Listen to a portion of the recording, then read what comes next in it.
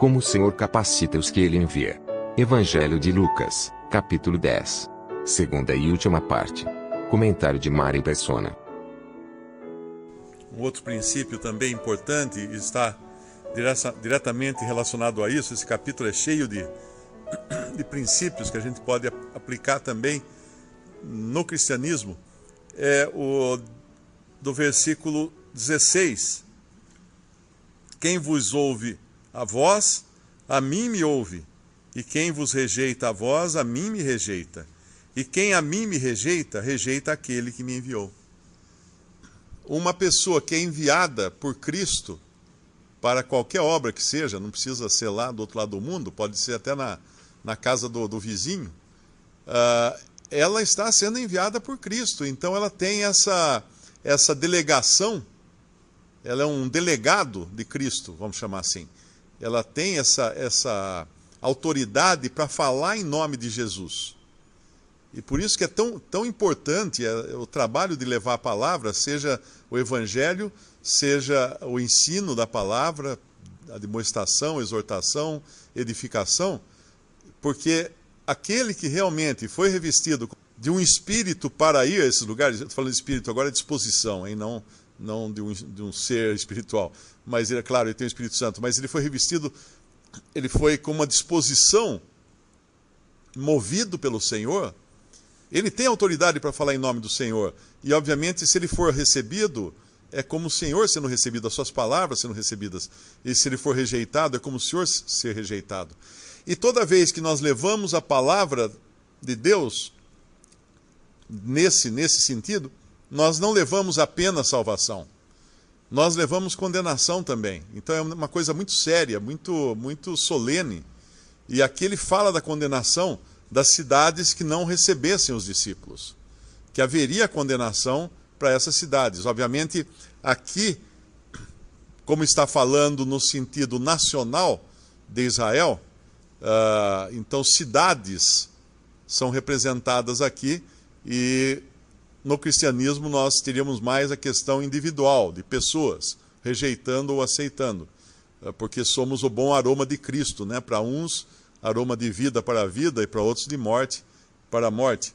E aqui também um outro princípio que dá para a gente aprender alguma coisa é esse da diferença de juízos.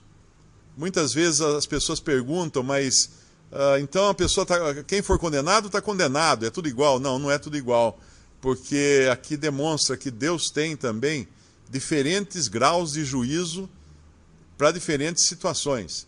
Ele vai falar das diferentes cidades aqui, umas recebendo uma penalidade maior que a outra.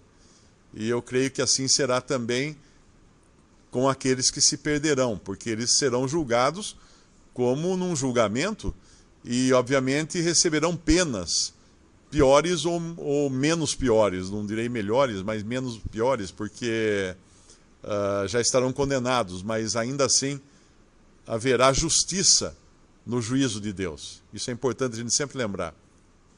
E como a gente viu no capítulo 9, né? Mais uma vez vem à tona o coração dos discípulos. Por maior boa vontade que eles tenham feito a obra, estava lá a carne ainda, como havia nos discípulos do capítulo 9, onde havia toda aquela disputa para ver quem era o maior, de tentar proibir os que expulsavam demônios, que eles não conseguiram expulsar, de querer lançar fogo sobre aqueles que não quiseram receber o Senhor Jesus. Então essa mesma carnalidade, vamos chamar assim, acompanha também aqui, porque nós vemos que eles voltam. E qual seria a melhor notícia? Seria aquela para a qual eles foram enviados, que era a parte mais nobre da mensagem, que era o reino de Deus era chegado. E eles poderiam voltar e falar assim: Senhor, as pessoas realmente querem receber o Senhor como rei, ou algo assim. Mas, obviamente, como todo ser humano, eles dão preferência à parte mais espetacular da missão, que é o versículo 17, voltar os 70 com alegria, dizendo: Senhor, pelo teu nome até os demônios se nos sujeitam. Esse era o lado espetacular da coisa, Mas a parte mais nobre certamente seria eles voltarem reconhecendo que muitos haviam recebido eles como se recebesse o próprio Senhor. E quando eles falam isso, né, Senhor, até os demônios nos sujeitam, o Senhor responde com uma frase que ela é meio enigmática, porque ele disse-lhes, no versículo 18, eu vi a Satanás como raio cair do céu. Eu não creio que ele estivesse se referindo aqui à queda de Satanás antes da criação do homem, mas talvez ele esteja falando aqui muito mais da queda real, quando Satanás e os seus anjos serão lançados, expulsos do céu, em Apocalipse, eu acho que é capítulo 12, se não me engano, capítulo 12, quando eles serão lançados na terra.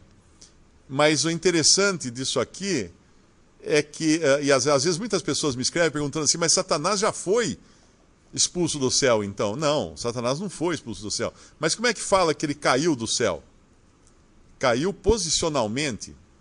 É importante entender que uma pessoa quando cai, por exemplo, o presidente caiu, não significa que ele tropeçou e foi ao chão.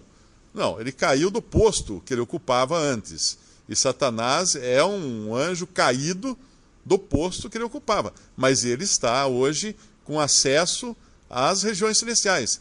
Porque senão nós não teríamos nem como fazer aquela oração de Efésios 5, que eu acho, que é orando, lutando, né? Não temos que lutar contra a carne e o sangue, mas contra as potestades nos lugares celestiais. E se não tivesse nenhum anjo caído nos lugares celestiais, seria em vão a nossa luta, estaríamos apontando as nossas armas para o lugar errado. Mas é contra os lugares celestiais, onde estão esses seres, que nós apontamos a nossa arma quando nós lutamos em oração, conforme fala lá em Efésios. Mas a outra coisa que é interessante é a localização desse versículo 18, estar bem aqui, logo depois deles se, vamos chamar assim, eles se gabarem, né, de que até os demônios se sujeitavam. Porque, de uma certa maneira, o Senhor estava falando assim, olha, até Satanás caiu. Até Satanás eu vi cair. Tem um versículo que fala, não sei se é Provérbios ou Cantares, que a soberba precede a ruína. Então, o cantar vanglória ou se vangloriar de algo é sempre perigoso, porque pode vir em seguida uma queda.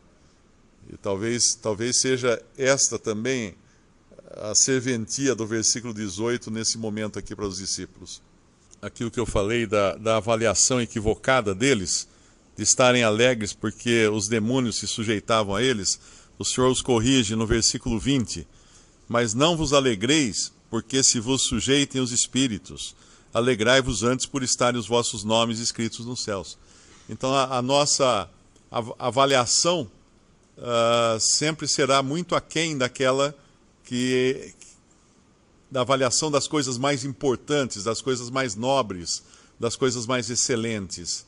E é por isso que hoje nós vemos na cristandade tanta vontade de ver sinais, de ver maravilhas, de ver curas, manifestações, porque isso é obviamente da carne, e é nessa carne que o anticristo vai pegar, porque ele vai ser o homem de sinais, de muitos sinais, que trará até fogo vindo dos céus e vai impressionar muitos, e vai atrair a muitos e enganar muitos com seus sinais e maravilhas.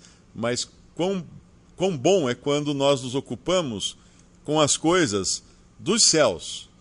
Como ele fala no versículo 20, alegrai-vos antes por estarem os vossos nomes escritos nos céus. Aquelas coisas dos lugares que nós não enxergamos, não as bênçãos materiais, mas as bênçãos espirituais para nós, reservadas em Cristo Jesus, nos céus para nós.